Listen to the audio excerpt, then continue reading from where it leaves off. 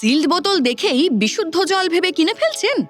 ভারতের খাদ্য সুরক্ষা দপ্তর কিন্তু বলছে আরও সচেতন হওয়া দরকার। FSSAI অর্থাৎ food safety and standard authority of India packaged drinking ওয়াটারকে জায়গা দিয়েছে হাই রিস্ক ফুড তালিকায়। কেন? কারণ বর্তমানে নানা জায়গায় গড়ে উঠেছে আনঅথরাইজড পানীয় জলের কারখানা।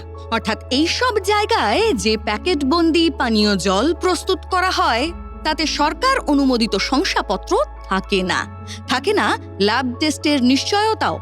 ফলে এমন জল পান করলে যে কেবল ভয়াবহ সংক্রামক ব্যাধি হতে পারে তাই নয়, জলে থাকতে পারে মাইক্রোপ্লাস্টিক, যা শরীরে ঢুকে দীর্ঘমেয়াদী রোগের কারণ হতে পারে। কিভাবে বাঁচা যায় তাহলে এর হাত থেকে? রয়েছে উপায়। পানীয় জল কেনার আগে বোতল হাতে নিয়ে প্রথমেই ভালো করে বোঝার চেষ্টা করতে হবে বোতলটি নতুন নাকি আগে ব্যবহার করা। অবশ্যই দেখে নিতে হবে বোতলের গায়ে লেখা এক্সপায়ারি ডেট। চেষ্টা করুন পরিচিত ও ভরসাযোগ্য ব্র্যান্ড নেম দেখে তবেই জল কেনার।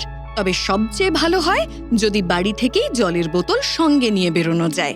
এতে একদিকে যেমন সুরক্ষিত থাকা যায়, অন্যদিকে কমে প্লাস্টিক দূষণের সম্ভাবনাও।